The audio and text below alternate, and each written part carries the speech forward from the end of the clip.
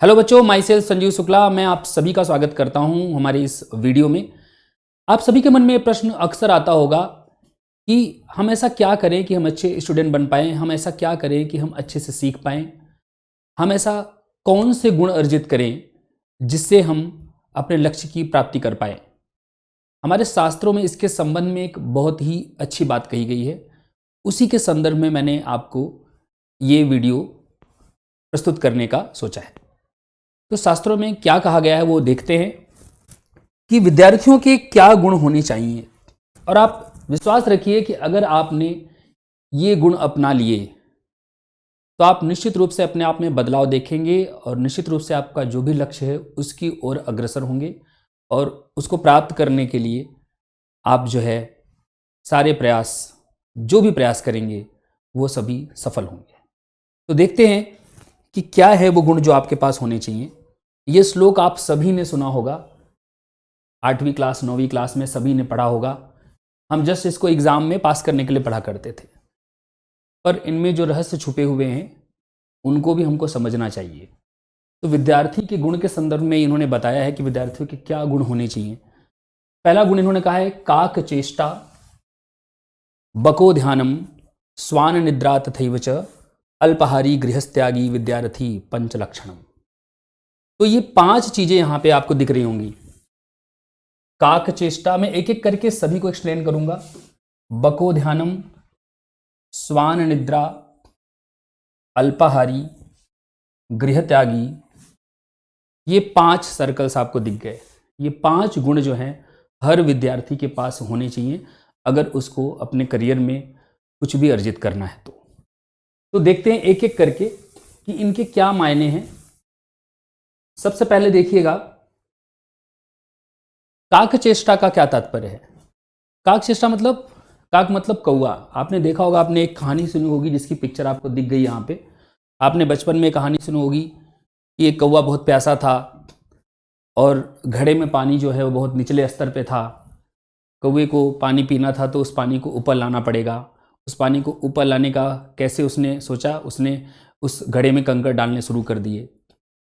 ठीक है, उसके डाला गया हर कंकड़ उसका एक प्रयास था। क्या प्राप्त करने के लिए? उसका लक्ष्य। उसका लक्ष्य क्या था? उसका लक्ष्य था कि पानी ऊपर आ जाए। ऐसे ही आपको जीवन में कोई भी लक्ष्य अगर प्राप्त करना है तो आपको प्रयास करने पड़ेंगे, निरंतर प्रयास करने पड़ेंगे। प्रयास कितना छोटा है उस पर कोई फर्क नहीं पड़ता। उससे छोटे छोटे प्रयासों से भी इंसान अपने लक्ष्य को प्राप्त कर सकता है, परंतु प्रयास करना बहुत ही जरूरी है। आपको ट्राई करते रहना है।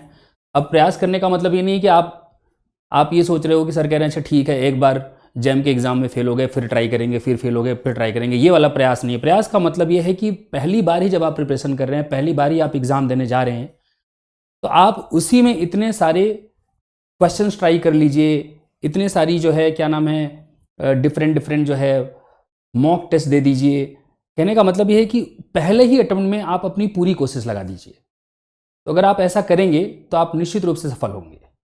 ठीक है, प्रयास का मतलब ये नहीं है कि बार बार एग्जाम देते रहना है। ठीक है, वो भी एक अलग प्रकार का प्रयास है, लेकिन यहाँ पे प्रयास का उद्देश्य, यहाँ प्रयास का मतलब ये है कि आप जो है पहली बार में ही अपनी सारी मेहनत झोंक दीजिए। ठीक है, ताकि आप जो है अपना एग्जाम क्वालिफाई कर पाएं, जो भी एग्जाम आप दे रहे हो। ठीक है, ओके। नेक्स्ट देखते हैं। नेक्स्ट है बको ध्यानम। आपने कभी देखा होगा, अब आपके शहरों में तो नहीं दिखते हैं, पर गांव में अभी भी नहर के किनारे या तालाब के किनारे आपको बगुले दिख जाएंगे। बको मतलब बगुला। बगुलों को अगर आप ध्यान से देखो तो बगुले जो है वो नहर पे ऐसे बैठे रहते, एकदम ध्यान से बैठे रहते और अचानक से झपट्टा मारते हैं और मछली पकड़ के ले जाते हैं। तो आपको ऐसे ही बकुले की तरह धैर्यपूर्वक बैठना है, ध्यान लगा के बैठना है और ये कह दीजिए कि कंसंट्रेट होके बैठना है। अपना ध्यान इधर उधर नहीं भटकाना है। आपका जो भी लक्ष्य है बस आपका ध्यान उस पर केंद्रित होना चाहिए। तो ये गुण भी हर विद्यार्थी के पास होना चाहिए। कौवे की तरह निरंतर प्रयास करते रहना, बगुले की तरह बहुत ही धैर्यपूर्वक ध्यान से फोकस्ड होके, कंसंट्रेट होके अपने लक्ष्य की प्राप्ति के लिए प्रयास करते रहना। कहने का मतलब पढ़ाई करते रहना, कंसंट्रेशन से पढ़ाई करते रहना, फोकस्ड वे में पढ़ाई करते रहना। ये दूसरा गुण है जो हर विद्यार्थी के पास होना चाहिए। तीसरा गुण क्या है? हमारा क्या है कि हम लोग, जो मैंने बहुत सारे स्टूडेंट देखे हैं और मैं भी अपने विद्यार्थी जीवन की अगर बात करूं, तो सोने का कुछ ऐसा है कि भाई सो गए तो सोए हुए हैं, है ना। मतलब ऐसे जैसे बोलते हैं ना, घोड़े बेच के सो रहे हैं, नहीं उठना है भाई, सो रहे हैं बस। तो विद्यार्थी का ये लक्षण नहीं होना चाहिए। अगर आप अच्छे लर्नर बनना चाहते हो, अच्छे स्टूडेंट बनना चाहते हो, तो ये कहा गया है कि आपकी जो निद्रा है वो श्वान की भांति होनी चाहिए। श्वान कुत्ते को कहा जाता है। आपने देखा होगा कि कुत्ते ऐसे सो रहे होते हैं, अगर अचानक से जरा से भी आहट हुई तो तुरंत जग जाते हैं। तो आपको भी इसी प्रकार की नींद में रहना है। बहुत एकदम से डोंट स्लीप लाइक कि भाई अब उठना ही नहीं है ना, ऐसे नहीं सोना है। सोना है डेफिनेटली, लेकिन आपकी नींद इतनी ज़्यादा गहरी नहीं होनी चाहिए। एक विद्यार्थी की निद्रा इतनी ज़्यादा गहरी नहीं होनी चाहिए, ठीक है। नेक्स्ट है अल्पाहारी।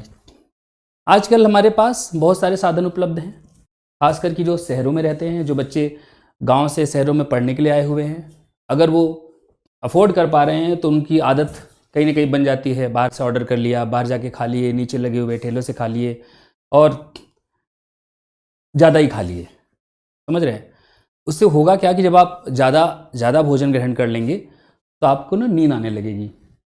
आपका जो है कह दो कि दिमाग शिथिल पड़ जाएगा, चीज़ें आपको समझ में नहीं आएंगी, आलस आने लगेगा। इसलिए कहा गया है कि विद्यार्थियों को जो है अल्पाहारी होना चाहिए, कम भोजन ग्रहण करने वाला होना चाहिए, ठीक है ना। तो ऐसा नहीं होना है, ऐसा होना है। अब इसका मतलब ये नहीं कि बस यही चुन के जाओ, मार्केट से खरीद के लाओ, यही खाओ। कहने का मतलब ये है कि हेल्दी वे में खाना खाना है, कम खाना खाना है, ताकि आप एनर्जेटिक बने रहें, आपकी एनर्जी जो है वो बनी रहे, आप शिथिल न पड़ जाएं, ठीक है। तो ये एक गुण है जो हर विद्यार्थी के पास होना चाहिए। गृह त्यागी, गृह त्यागी, जब जिस समय ये श्लोक लिखा गया होगा उस समय गृह त्यागी वर्ड शायद इसलिए यूज़ किया गया क्योंकि पुराने समय में आपको पता है कि गुरुकुल परंपरा थी, जहाँ पे विद्यार्थी जो है अपने माता पिता को, अपने परिवार को छोड़ करके गुरु के पास शिक्षा ग्रहण करने जाते थे।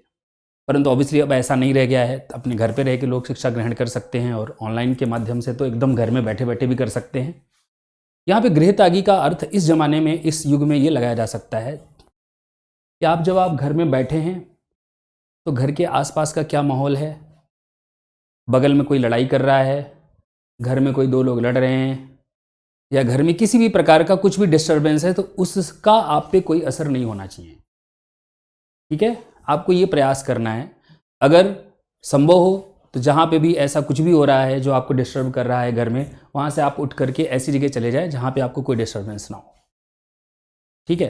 तो यहाँ पे गृह त्यागी का तात्पर्य है कि घर के जो भी डिस्ट्रैक्शंस हैं उनसे आपको दूर रहना है।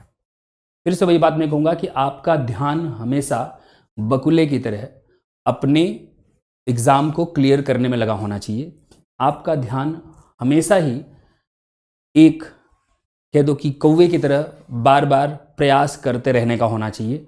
और अगर आप ये सारे गुण एक्वायर कर लेते हैं तो आप निश्चित रूप से कोई भी एग्ज़ाम हो, आप निश्चित रूप से इसको क्रैक करेंगे, ठीक है। तो इसी के साथ मैं अपनी वाणी को यहाँ विराम देता हूँ और आप सभी को ऑल द बेस्ट आपके अपकमिंग एग्ज़ाम्स के लिए। और प्रयास कीजिए कि ये पांचों गुण आप अपने अंदर जितनी जल्दी ला सके उतना आपके लिए अच्छा है। बहुत बहुत धन्यवाद।